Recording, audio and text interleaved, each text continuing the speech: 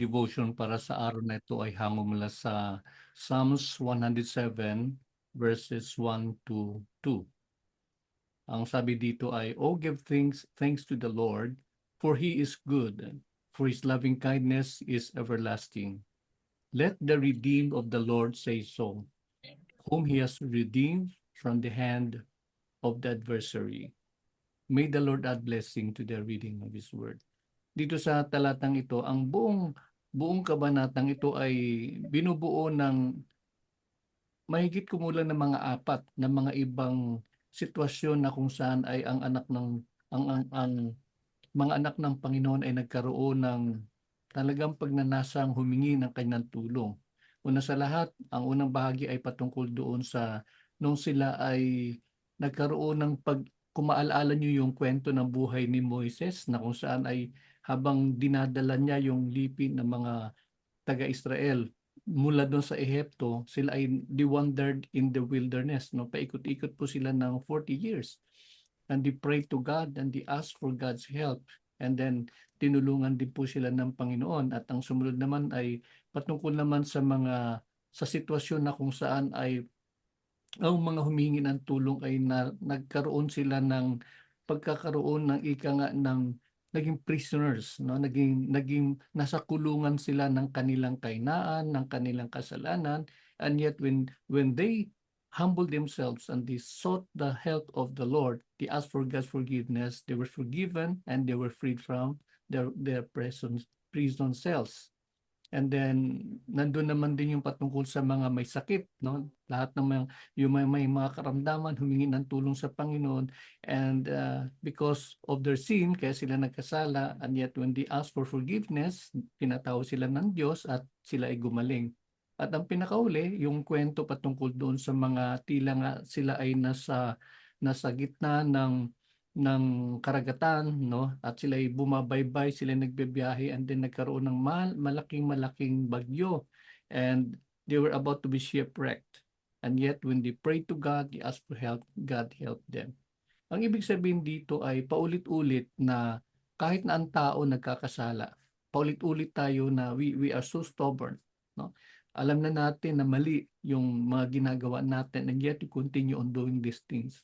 And because of that, as a consequence, inaalaw ng Panginoon na tayo ay magkaroon ng mga karamdaman, mga iba't ibang problema, mga iba't ibang challenges. At sa totoo lang, ginagamit din ng Diyos yon upang tayo ay manumbalik sa Kanya. At kung tayo ay magpakumbaba sa Diyos, tayo magpakababa sa Kanya at humingi ng tawad, dali-daling papatawarin tayo ng Diyos. Kaya yun yung maganda sa Panginoon. Kaya nga, tulad ng sinabi dito sa talatang binasa natin, His loving kindness is everlasting. No? Napakaganda, no? Ang kanyang kabutihan, ang kanyang pagmamahal, ang kanyang pagpapatawad ay talagang sukdulan, no? Everlasting to everlasting. Ang mahalaga lamang ay kilalanin natin siya, magpakumbaba tayo sa harapan ng Diyos na lumikha sa atin, at tiyak yun, tayo kanyang tutulungan, tayo kanyang hahayaan, tayo kanyang bibigyan ng daan upang manumbalik sa Kanya. At the end of the day, yun naman talagang naisa ng Diyos. Tayo manumbalik sa Kanya at magkaroon ng malalimang relasyon sa Kanya. Tayo manalangin.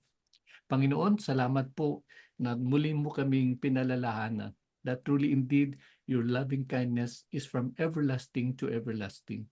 Panginoon, sa mga bagay po na tila minsan ay ayaw po naming bitawan, mga kasalanan ayaw naming magkaroon ng tunay ng pagbabago. Panginoon, kami po humingi ng inyo pong pagpapatawad. Tulungan niyo po kami, Panginoon, na maituwid namin yung aming pong mga buhay at maiangkla namin sa mga bagay na naisin mo para sa amin. For we know, Father God, that you want the best for us. You don't settle for anything less. Salamat po, Panginoon.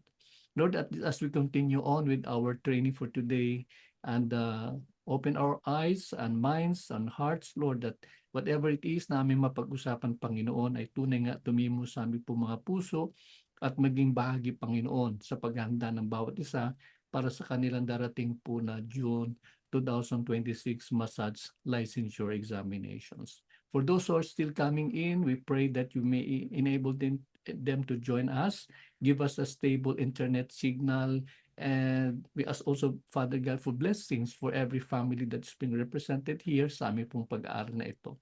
Ito po ay aming samot dalangin sa pangalan ni Jesus. Amen. Muli, magandang umaga sa inyong lahat. At ayan, balik tayo sa ating mga interesting na mga talakayan, no? Ito'y patungkol sa iba't ibang organ systems ng ating po sa bahagi po ng ating talakayin sa anatomy and physiology. At kahapon, ayan, balikan lang po natin yung ating napag-usapang kahapon for a while.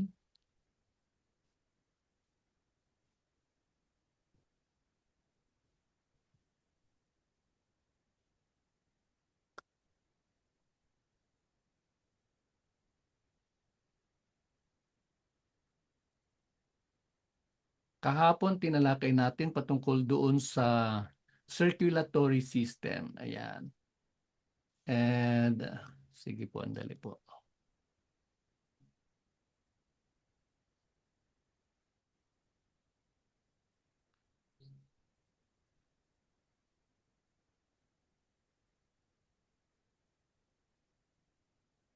Okay, there you are. Ayan. Magre-recap po tayo sa ating napag-usapan kahapon patungkol sa circulatory system. Tulad nung nasabi natin, ito ay may patungkol doon sa pagdaloy ng dugo, no?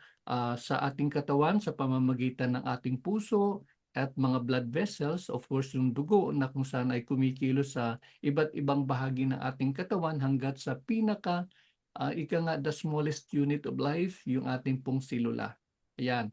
And then napag-usapan din po natin na ang dugo ay binubuo ng apat na mga bahagi. Ano po? We have the red blood cell, we have the white blood cell, platelets, plasma and plasma protein.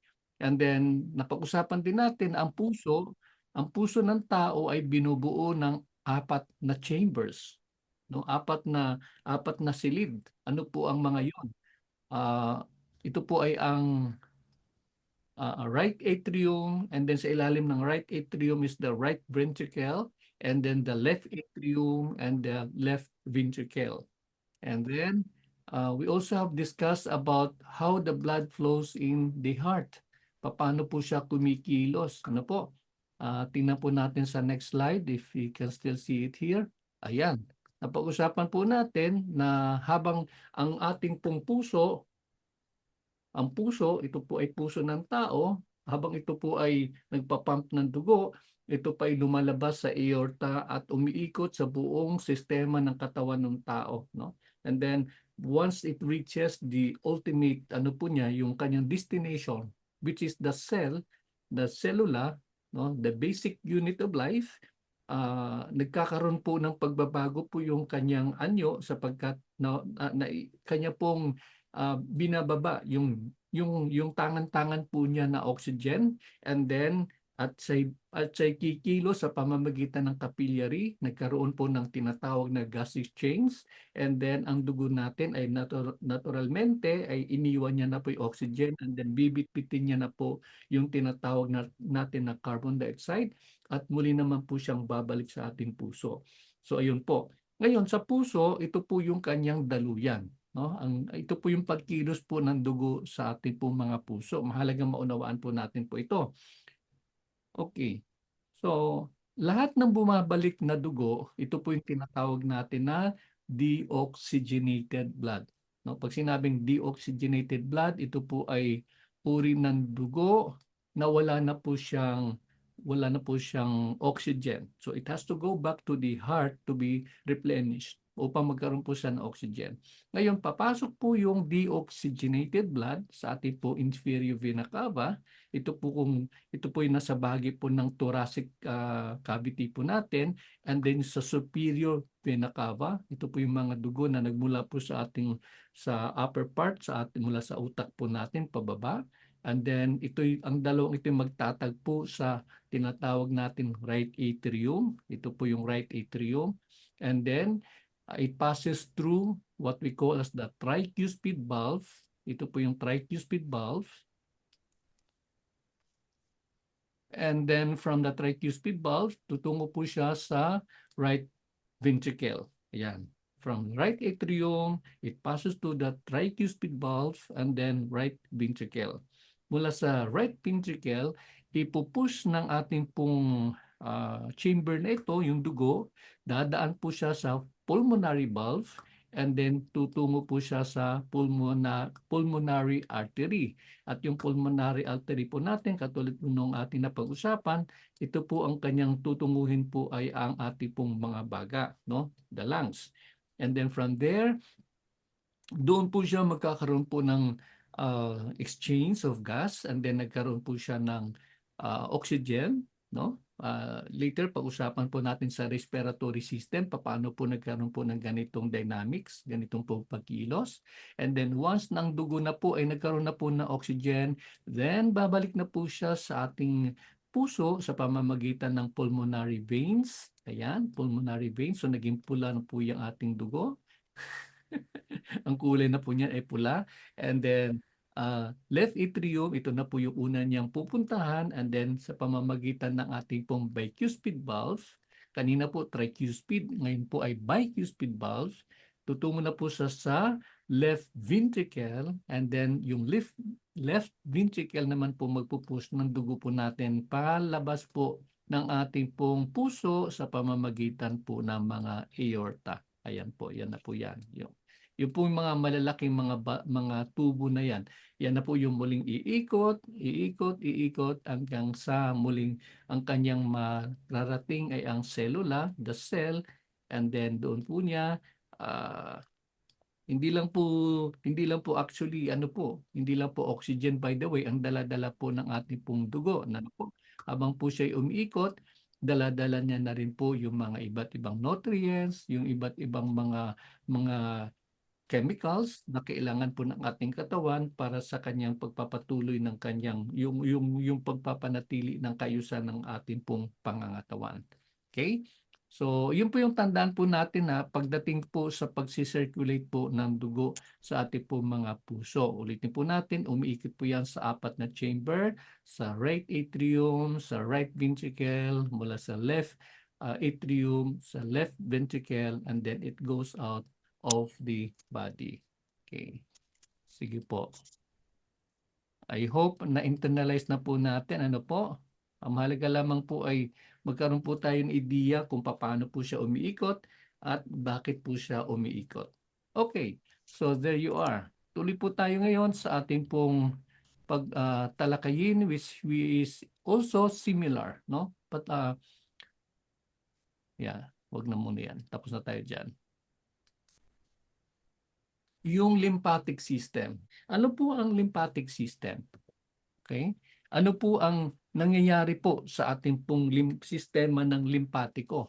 Ang sabi po dito, the lymphatic system ay binubuo ng mga organ ng mga maliliit na mga tubo at mga gulani. No, ito po yung tinatawag na lymph.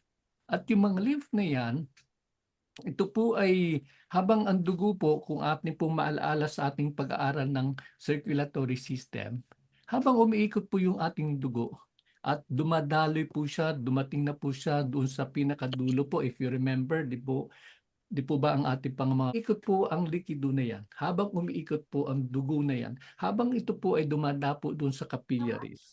Imagine po natin, kasi ang capillaries po parang net po yan eh.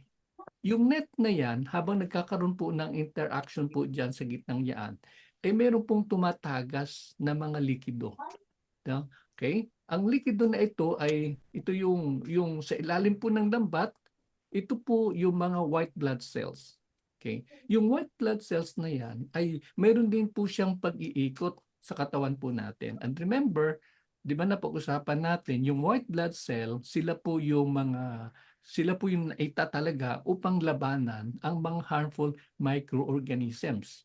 Okay? Ang mga harmful microorganisms tulad ng mga virus, ng mga bacteria, and so on and so forth. No? So lahat po ng mga bagay, lahat po ng mga elemento, lahat po ng mga microorganisms na maaaring makakapinsala sa ating katawan ay nilalabanan po ng ating white blood cell.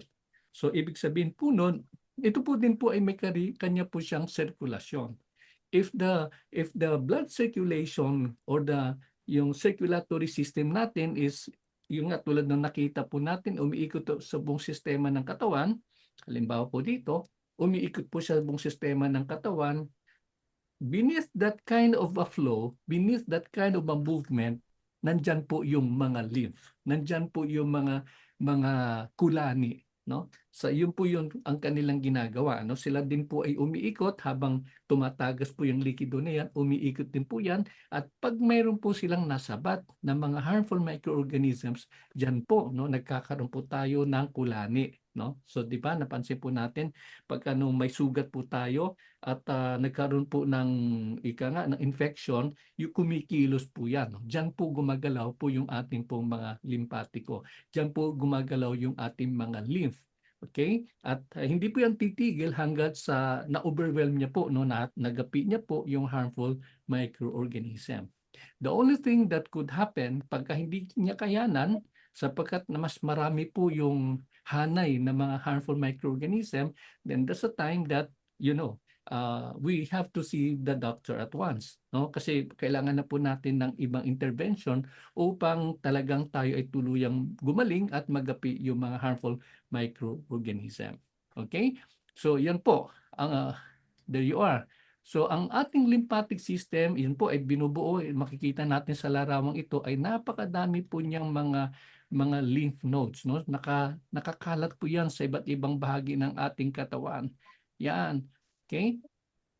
You have here the thoracic duct, the thymus gland, the spleen, and so on and so forth, no? So yun po yung kanyang ginagalawan. What happens in the lymphatic system? Tulad na nabanggit natin kanina, umiikot po yung ating dugo, nasasala po yan sa capillary beds, and then yun nga, may tagas. Yung tagas na yun ay yun po yung ating pong lymph, no? Yun po yung nasa lymphatic system po natin, no? So, the lymphatic system collects this fluid, itong mga lymph na yan, and returns it back to the circulatory system, no? So, in lymphatic system ay binabalik niya rin po. Parang kumbaga hiniram niya lang po yung lymph na yan na umiikot sa katawan, and then it brings it back to the circulatory system. Why? Kasi po pagka ang ating pong lymph, no, yung liquid na yan, yung white blood cell na yan, hindi po naibalik sa sistema ng katawan, that is the time magkakaroon tayo ng tinatawag na edema. Magkakaroon tayo ng pamamanas, which is not healthy for our body. Okay? So yan po yung nangyayari po niyan. Parang dual purpose, ika nga, no? Sinala niya yung white blood cell na tumagas mula sa capillary beds, and then pagkatapos noon ay dadal niya kung sakali lang po na mayroon pong infection, then kikilos po siya para gapin infection, otherwise babalik po siya uli sa circulatory system. Okay, so parang two-pronged po siya, two-way, not no way, but parallel system po siya. Ito po yung circulatory, and dito po yung ating pong lymphatic system. Ayan. Bakit po mahalaga? Yan, nabanggit na natin kanina, mahalaga po ang ating lymph sapagkat ito po ang siyang parte po ng katawan natin na nagmi-maintain po ng movement ng mga fluids sa ating katawan. At the same time, nilalabanan niya po ang mga harmful microorganisms. Okay? So malinaw po 'yon. Ano po? Sinasala niya po at kung ano pong mga tagas mayroon sa capillary beds ay kanya pong ginagamit po at minsan po ay babalik niya po sa ating pong circulatory system. Otherwise, kung meron po siyang na-detect na mga harmful microorganisms na kanyang nadaanan na gano'n, ay kanya itong gagapiin. Magkakaroon po ng parang labanan. And then once it's overwhelmed, then it goes back again to the circulatory system. Okay? So ayun po. So nagtutulungan po ang mga lymphatic vessels, yung daluyan po ng mga lymph na yan, yung iba't ibang mga tissues and organs and glands para po ma-drain po yung lymph at pagkatapos po niyan ay maibalik po sa circulatory system. Ayan po. Ang layunin or isa sa layunin ng ating pong lymphatic system ay para gapain whatever infection there is in our body. yung ating pong tonsil, yung ating pong nasa lalamunan niya, parang two-prong po na, parang maliliit po na mga galamay na gano'n, sila po yung sumasala na yun. Kabahagi na po sila ng ating pong lymph. Ngayon po, mapansin niyo po, pagka nagkaroon po ng mas madaming microorganisms na harmful, yan po yung nagkakaroon po tayo ng tonsillitis. No? Tonsillitis. Ibig sabihin po, nagkaroon na po tayo ng inflammation. So dito po, ito po yung first line of defense po natin patungkol po doon sa mga pumapasok sa ating bibig ng mga harmful microorganisms. Sasalain po niyan na ating tonsil. Now, if and when na-overwhelm po siya, then that becomes nagkakaroon po ng inflammation. Kaya nga ang katawagan ay naging tonsillitis inflammation. So there it goes. So makita po natin dito ang nagkalat po itong mga green na ito. Yan, yung mga nodes na yan, marami po yan. Nagkalat po yan sa iba't ibang bahagi po ng ating katawan. No? Marami po yan sa ating kilikili. Marami po niya, mapansin nyo, marami din po sa ating pong singit. Anong po, nakakalat po yan siya. At given notice, sila po yung kumikilos upang mag-release ng mga white blood cells upang gapiin yung mga harmful na mga microorganisms. Okay. So what else do we have here? Tingnan po natin. Ayan. Okay. So ito po yung larawan ng ating pong lymphatic vessel. Tingnan po natin. Okay? Yung lymphatic vessel, ito po tulad na banggit natin kanina, ang lymph na yan, yung lymphatic vessel, dito po dumadaan po yung mga lymph, no? Yung mga lymph, yung white blood cell, dito po yung kumikilos. Now, if you look at it very closely, mapapansin natin na ito po ay meron po siyang sariling valvula, no? May valve. Ano po yung purpose po nun? Para po maiwasan po ang backflow. So katulad po na pag-usapan natin sa circulatory system, mahalaga po yung mga valve na yan para po ang movement ng ating pong lymph, ng ating pong dugo ay isang direksyon lang po yan, no? Patungo po sa ating pong puso. Napakarami po yan, malilinggit po yan ng yung mga lymph vessels na yan na parte po ng ating pong lymphatic system. At katulad ng sinabi natin, hindi po nananatiling matagal po sa lymph yung lymphatic system sa ating pong mga vessel na to, yung lymph na yan sapagkat magkakaroon po ng pamamanas sa ating katawan which is not healthy, which is not good for our body. So iikot lang po yan, parang isang dumadaloy lang po, namamasyal lang po siya at nag-antay lang po in case lang na ma-encounter na harmful microorganism, there it goes, kikilos po siya, otherwise babalik at babalik po siya sa ating po circulatory system. Pinamute na po, Ma'am Fe. Okay, so there you are. The next thing here is ano po yung mga iba't ibang organs? Yung organs po ng ating lymphatic system. Again, tulad na banggit natin kanina, you have here the lymph nodes. Ito po yung mga storage area po. Storage, yung mga nakita nating green kanina, no? Ito po yung mga lymph nodes na yan. Nandoon po naka-impact po yung mga white blood cell. And then you have also the spleen. The spleen is found somewhere here sa gilid po ng ating pong stomach. At ika nga ito po yung napakalaking organ sa lymphatic system at ang kanyang ginagawa po ay sinasala, inaalis niya po yung mga red blood cells, no? Yung mga worn out. Pag sinabing worn out, ito na yung mga ika nga, if I may use the term, ito yung laspag na ng mga red blood cells or mga bacteria and cell fragments, no? So, yun po yung ginagawa po ng ating pong spleen. Okay, the next one is the thymus. The thymus is the one that controls development of the lymph nodes and the spleen. So the thymus is somewhere here, just above our heart.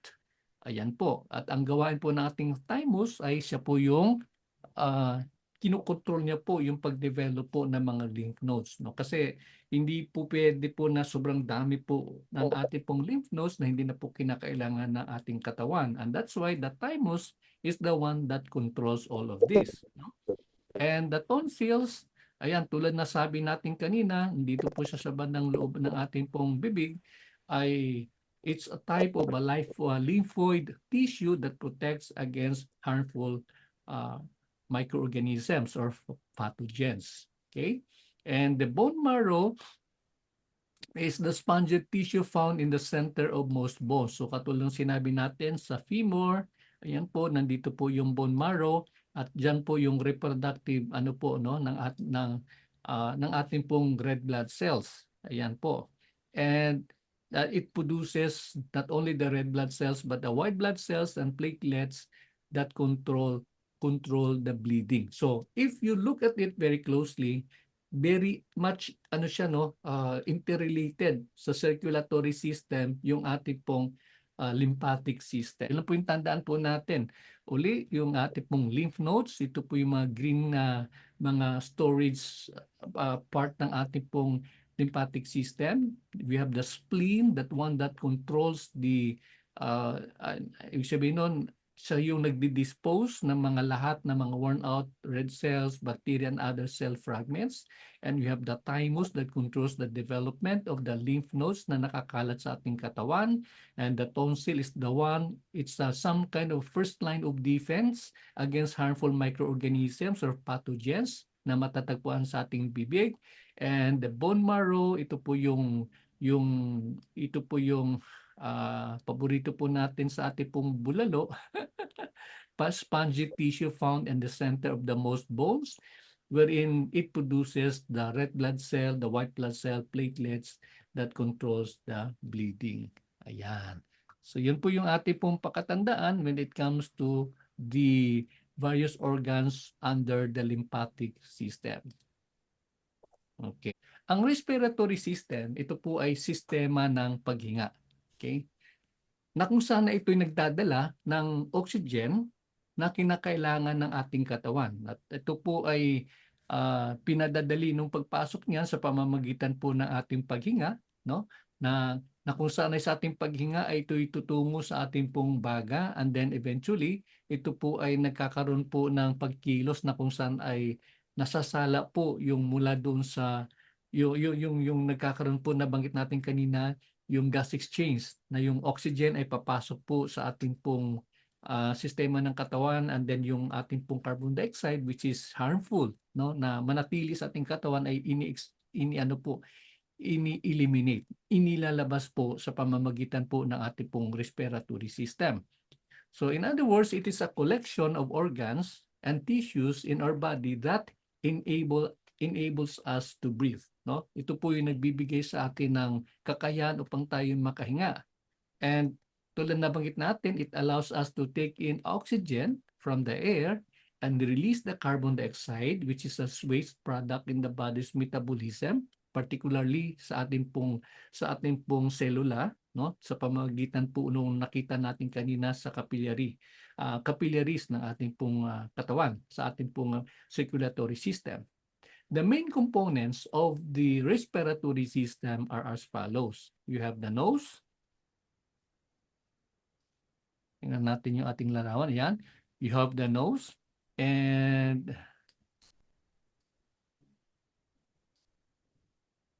tingnan natin yung buo nito para mabilis po natin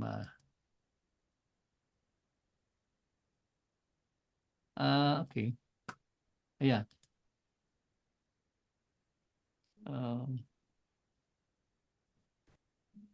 Anyway. Hindi ko pala nagawa ng buo talaga. Okay. So ang bahagi po ay ang ating ilong, ang bibig po natin, ating lalamunan. We have the windpipe or the trachea, the lungs, and the small sacs, which is called alveoli. No? Ito po yung nasa ating pong baga. So yun po yun ha. Ang bahagi po ng ating respiratory system ay ang ating ilong, yung ating bibig, yung ating lalamunan, yung windpipe na kung saan ang hangin ay dumadaloy, or sometimes called as trachea, and the lungs, and the small sacs, no, yung sa ating baga. Ang sacs po yan po na kung saan ay yun po yung humihinga, no. Ang tawag po diyan ay alveoli. Okay. Now, ano po yung functions ng respiratory system? Nabanggit na natin. Ito po ay nagkakaroon po ito po ay ika nga sa English, enabling. No? It enables for us to be able to breathe. No? Upang tayo makahinga. No? Kailangan po nating huminga. Kasi pag hindi po tayo nakahinga, matitigok po tayo. No? So, kailangan nating huminga sapagkat sa ating paghinga ay pumapasok po yung oxygen na kinakailangan po ng ating pong selula. At of course, from the cellular level ay mai-dispose natin, may tabi po natin, mailabas po natin yung mga harmful na carbon dioxide. Okay? At mayroon din siyang papel ng patungkol doon sa pagkakaroon po ng ika nga ng immune defense, no?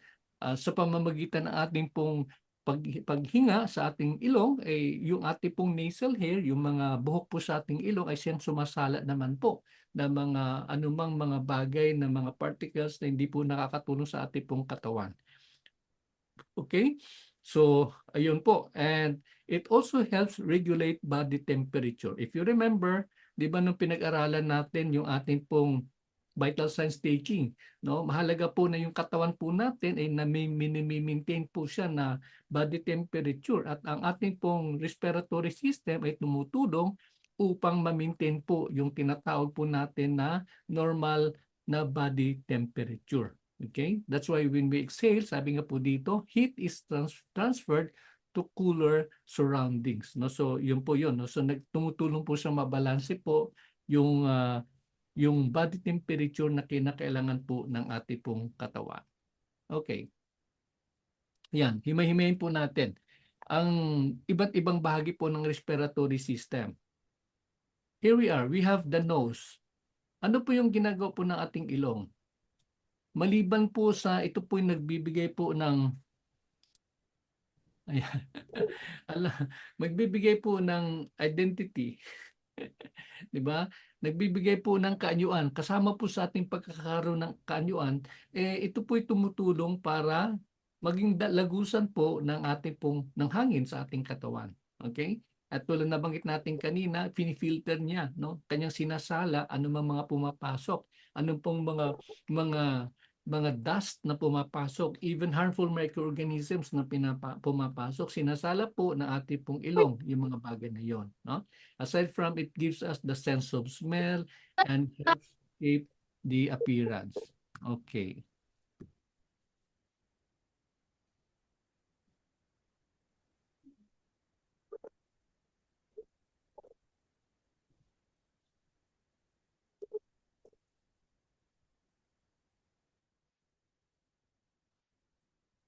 Mute ko na lang po kasi may pumapasok na maingay. Okay.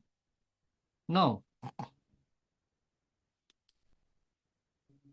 the next thing here is, ano pong kasunod po ng ating pong ilong? Saan po dumadaan po yung hangin? Okay, it goes through our,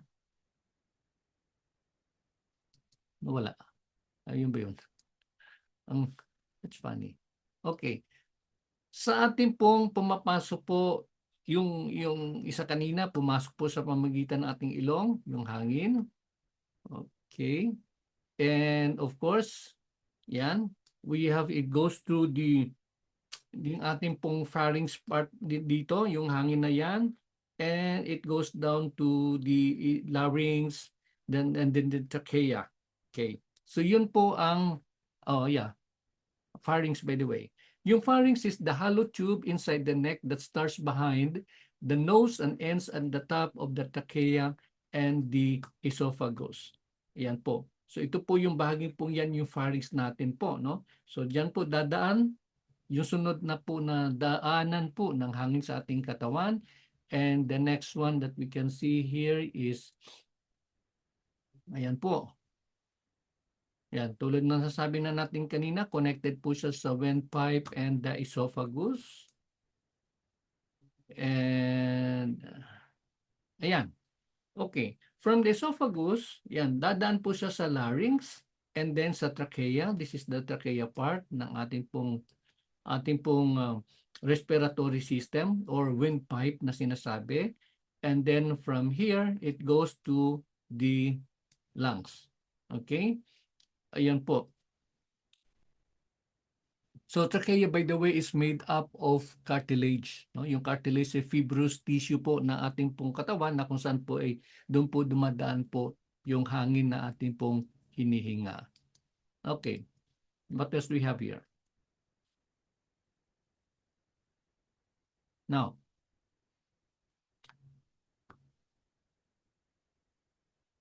move forward.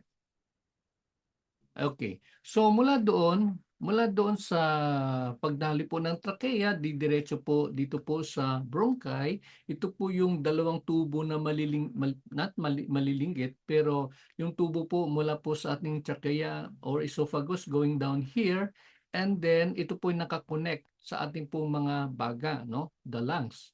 Okay? And kung malaki po yung tubo, it's a bronchi, and then once it goes inward here and it becomes smaller, yun yung naging katawagan po ng sinasabi pong bronchioles. Okay, ano po yung function po ng ating pong bronchi o the bronchioles? Sila po nagdi-distribute ng hangin sa ating pong baga, okay, until it reaches the alveolar sacs, no? Yung alveolar sacs na sinabi natin kanina, yung itong bahagi po ng ating baga, no, na kung saan ay nagkakaroon po siya ng mga tagusan ng hangin po, no, ng ika nga ng flow po ng hangin sa ating pong baga. And then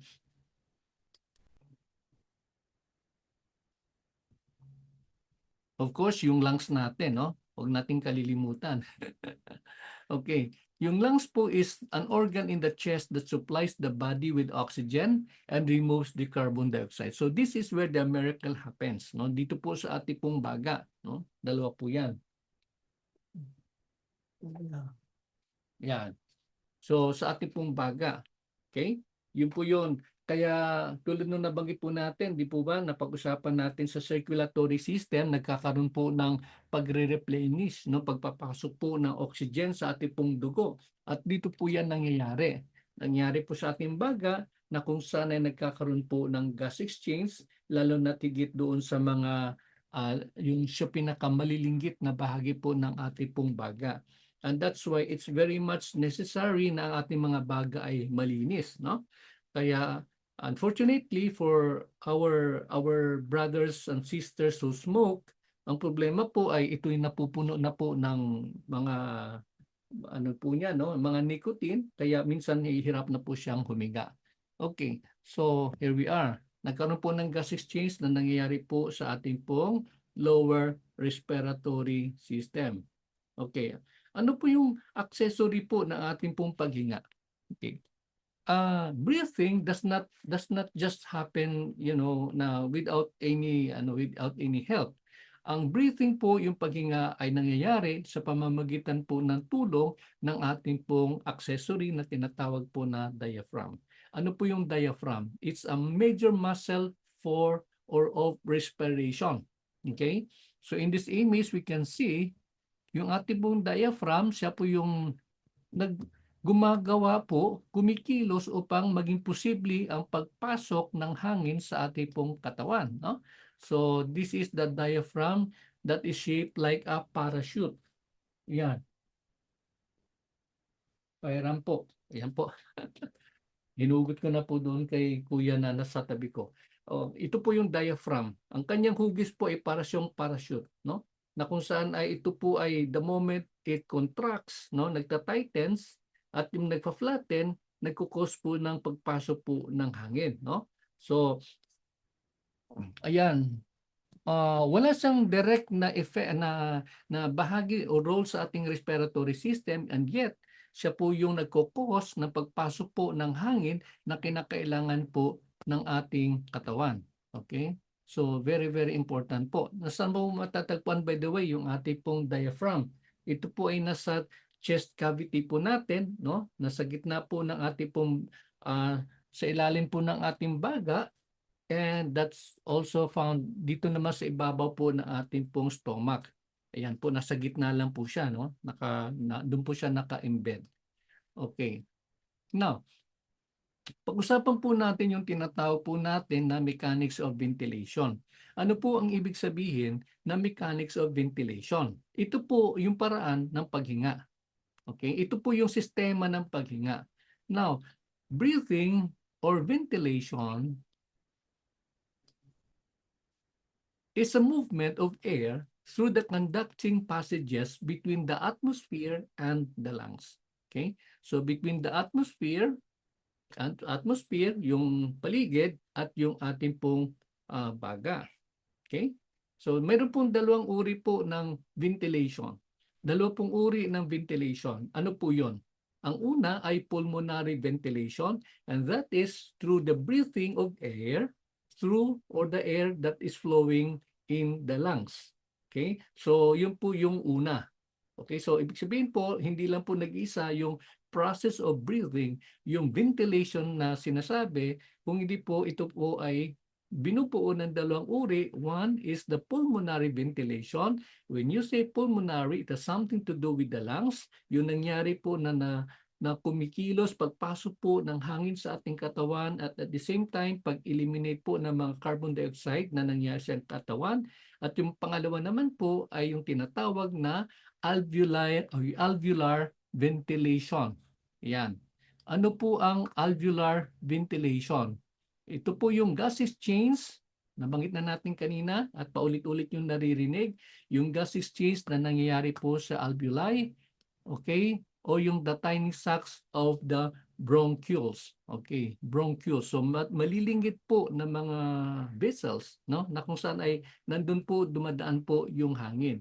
So kung mayroon pong movement ng breathing sa ating pong baga sa pamamagitan po ng upper and lower respiratory system, mayroon din pong breathing na nangyari po sa alveolar, no, sa alveolar level, no? Ito po yung nangyari po sa ating pong baga na kung saan ay mas maliliit pa po siya, no? Mas maliliit pa po siya na parte ng katawan na kung saan ay nagkakaroon po ng paghinga din.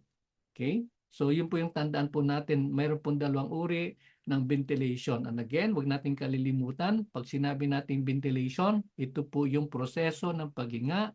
Ito po yung proseso na kung saan ay ang hangin ay pumapasok sa ating katawan. At ito po yung proseso na kung saan yung mga harmful na mga carbon dioxide ay na-eliminate o naaalis, natatanggal sa sistema ng ating pangangatawan. Okay?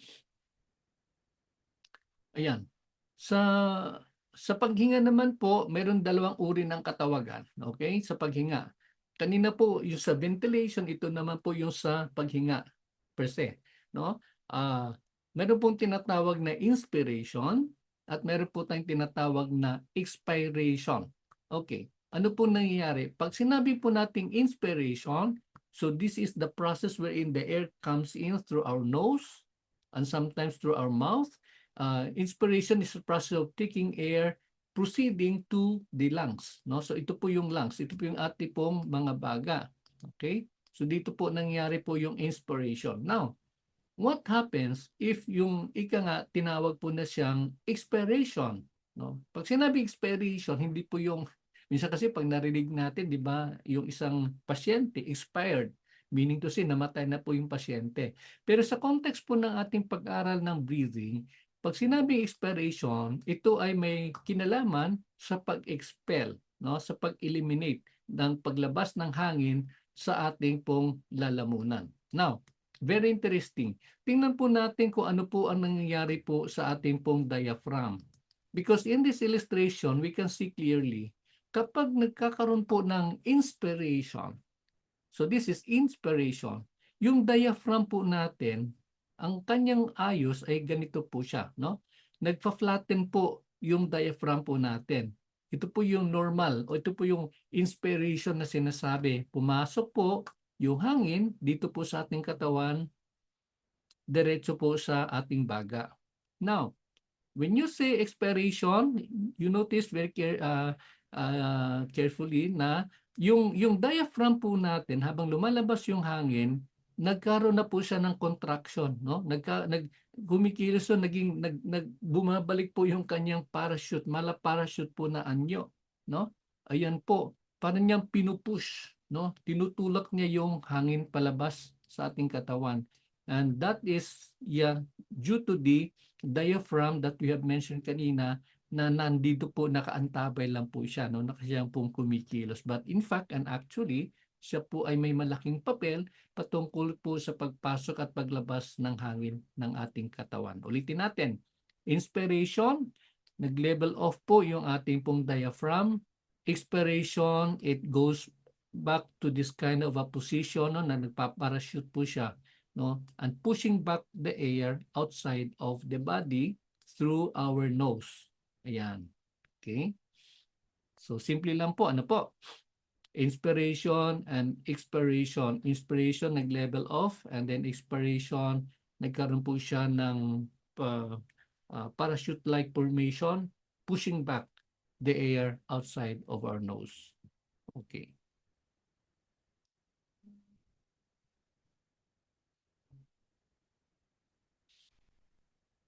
Okay. So, ayan, napag-usapan na natin kanina. We'll skip that. We're done with that kanina. And, ayan. Ano po yung mga iba't ibang disorders? Actually, hindi na to kasama dun sa ating illustration, but I just would like to mention this kasi minsan hindi natin alam ano bang epekto ng ating pong ano ba yung mga karamdaman na maaari tayo nating maranasan pag nagkaroon po ng problema yung ating paghinga, no? This is referring to people lalo na yung mga naninigarilyo. Okay? Nasabi po, ito po yung mga iba't ibang disorders na maaari pong magkaroon ng isang tao po, no?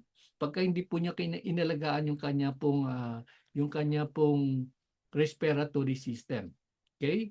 Number one is pneumonia. Ito pag sinabi natin pneumonia, this is an acute respiratory infection affecting the lungs. No?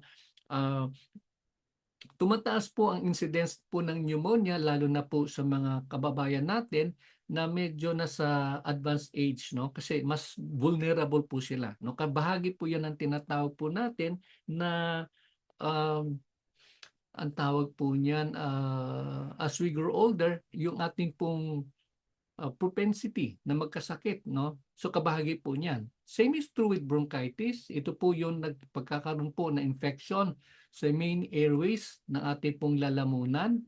Ayan po, nagkaroon po siya ng inflammation. So hindi na po makadaloy na maayos po yung ating pong dugo, hangin.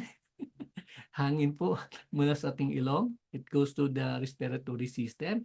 And of course, yung asthma. Yung asthma naman it's a condition, sabi nga po dito, in which airways narrow and swell and may produce extra mucus or nagkakaroon po ng uhod. Yung pneumonia and bronchitis, isa pong culprit po niyan ay po yung paninigarilyo. No? Nakaka-apekto po yan, nanghihina po yung ating baga. Pero po yung asthma, karaniwan po, minsan po ay hindi lang karaniwan, but minsan po ito po ay hereditary. No? Mana-mana po yan. So kung yung magulang po natin ay meron pong ganitong condition, chances are some of the children may also have the same kind of weakness, no? Of condition sa kanila pong pangangatawan. Okay? So kaya nga mahalaga mga kaibigan, mga kapatid, iwasan po natin yung paninigarilyo, no? At lalo higit, bantayan po natin yung tinatawag po natin na second-hand smoke. Kasi minsan akala natin matindi na po yung effect ng paninigarilyo natin mismo, pero mas matindi pa po yung second-hand smoke. Pag sinabing second-hand smoke, ito po yung hangin na nalalanghap po natin mula doon sa mga kababayan natin na naninigarilyo. No? Kaya mabuti naman if you look around us is talagang very ano no, very stringent yung mga ating mga batas, yung ating mga law enforcement officers na bantayan na wala pong mga tinatawag po o ino-observe po yung mga non-smoking areas o smoking areas, no? May mga areas lang pwedeng manigarilyo at hindi po katulad ng araw kahit saan na lang po no may makikita pong naninigarilyo kaya lo and behold, mataas na mataas po ang ating pong mga respiratory diseases sa ating bansa. But right now, mataas pa rin po kahit papano pero hindi na katulad nung araw na kung saan na hindi po nire-regulate yung mga bagay patungkol sa paninigarilyo. At ang sumunod ay para mapanatili natin yung healthy lifestyle. Ika nga, parang nasa ano na po tayo, no? Parang nasa post-massage na po tayo, no? We need to have regular exercise. We need to have regular physical activity, no? Kasi yan yung isang bahagi na nakakapaganda po, nakapagbibigay po ng sigla sa ating pangangatawan, particularmente yung ating pong mga baga, no? We need to have proper nutrition. Iwasan po natin yung kumakain po ng junk foods, no? Minsan ako, guilty din po ako niya, no? Kung ano lang madampot minsan eh kinakain na. Pero ingat po tayo no kasi any excess on this, excessive intake of this would virtually affect our nutrition our body. And hydration, uminom ng sapat na dami ng tubig. Bantayan po natin po yan. Ano po? Kasi po, I think 80% to 90% ng katawan po natin ay made of water, ng liquid. No, kaya mahalaga ma-maintain po natin po yan. Yung dami po ng tubig, kailangan pong regular po tayo umiinom ng maraming tubig. Okay? And of course, we need to maintain a clean and healthy environment. Clean, when you say clean, malinis, tayo naliligo regularly. And of course, we keep our environment clean as well, no? Malinis, maayos, upang sa gayon ay maging malusog po yung ating, hindi lang ating katawan, o hindi lalo tigit yung ating pong respiratory system, yung ating pong sistema ng paghinga. Okay? So I think that is all we have for today. Let me check kung meron pa tayo. Parang wala na yata. Yan. So, in conclusion, may conclusion pa si dito. We have covered the structure and functions. Ano uli yung function po ng ating pong sistema ng paghinga? Yung ating pong respiratory system ay may kinalaman sa pagpasok po ng oxygen na kailangan po natin at tumutulong po siya upang ang ating pong mga toxins sa ating katawan nasa ere, no, nasa ating pong sistema ng katawan ay ma-eliminate po, mailabas, particularmente yung mga carbon dioxide. Okay? And it also says here that breathing is necessary for survival. Ang tao pwedeng mabuhay na walang pagkain, no? Pag sinabing pagkain, wala po siyang solid food na kinakain for 40 days, no? Nasa Bible naman po 'yan. Ang tao po pwedeng mabuhay na walang tubig, maximum of 3 days. Yan, pwedeng mabuhay. Pero ang isang tao ay hindi mabuhay na wala pong hangin within 3 to 5 minutes, no? Otherwise, yan, magko-collapse po yung system. Yung po magkakaroon po yung katotohanan yung sinabi natin kanina na ano na po, mag-i-expire na po tayo, no? So sabi nga po, for long life, we need to maintain a healthy lifestyle. We need to exercise, we need to do moderately in everything that we do. It should be in moderation. In moderation. Okay? So yan po, meron po tayong pag-exercise, meron po tayong pagkain ng sapat na pagkain na masustansya, no? Particularly lalo na yung mga gulay, and of course exercise and enough body intake, liquid intake, and of course marami pang iba. Okay, so I think that will be all for today. Do we have any question or clarification before we go? It's almost 1 o'clock in the afternoon. Yeah, do you have meron ba kayong gusto i-clarify? Merlita, Lita, yeah, do you have anything to ask?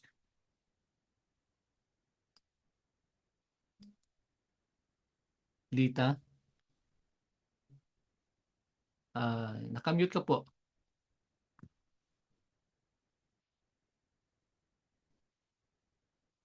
Yeah. Nakamute ka pa rin po. What about si Annabel? Parang hirap si Lita i-unmute yung ano niya. Annabel, do you have anything to ask? Okay. Wala naman po, sir. Malinaw naman po. What about si James? Si James Bond. Sir, meron ka bang gusto itanong? Ayan, sorry na-mute kita ulit. Paki-unmute po. Okay lang po, sir. Very clear naman po. Yes, okay. Sige po. So, halos, okay, nandito naman tayo.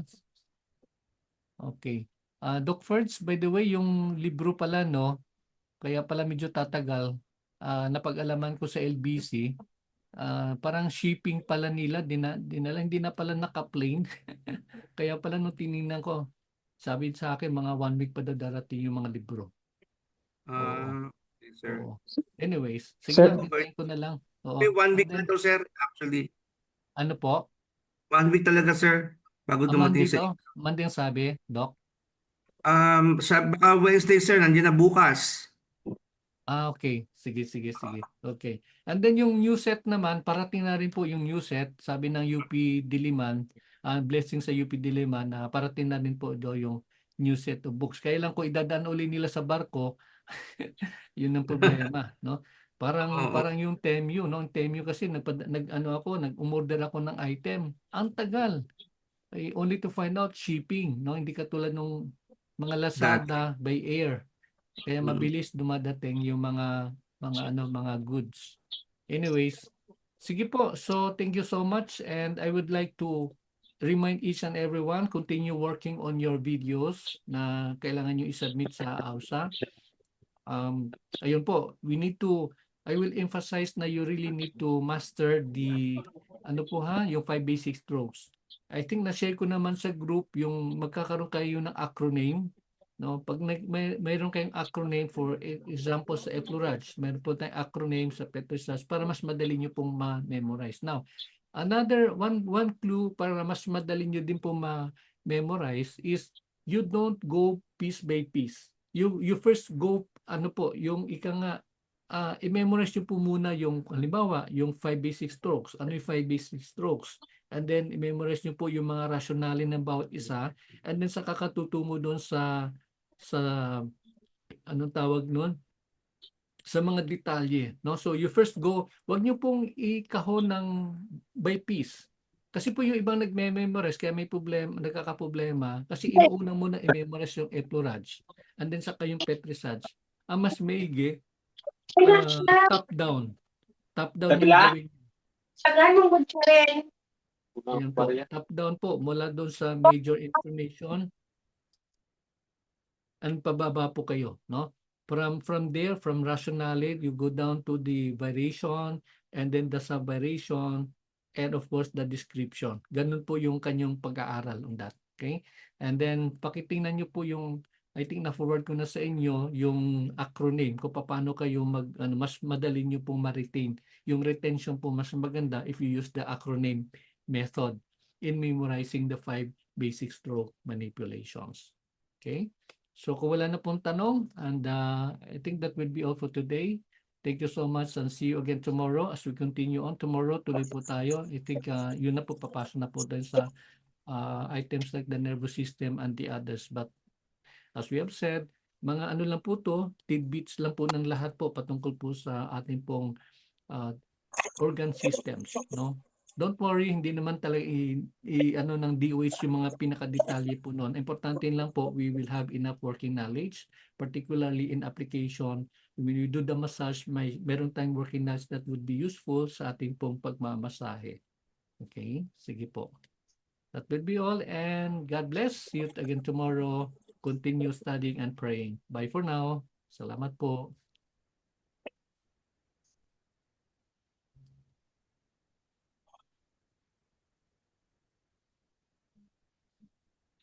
Okay, Sheila, mayroon po kayong PM. I'll check on it later.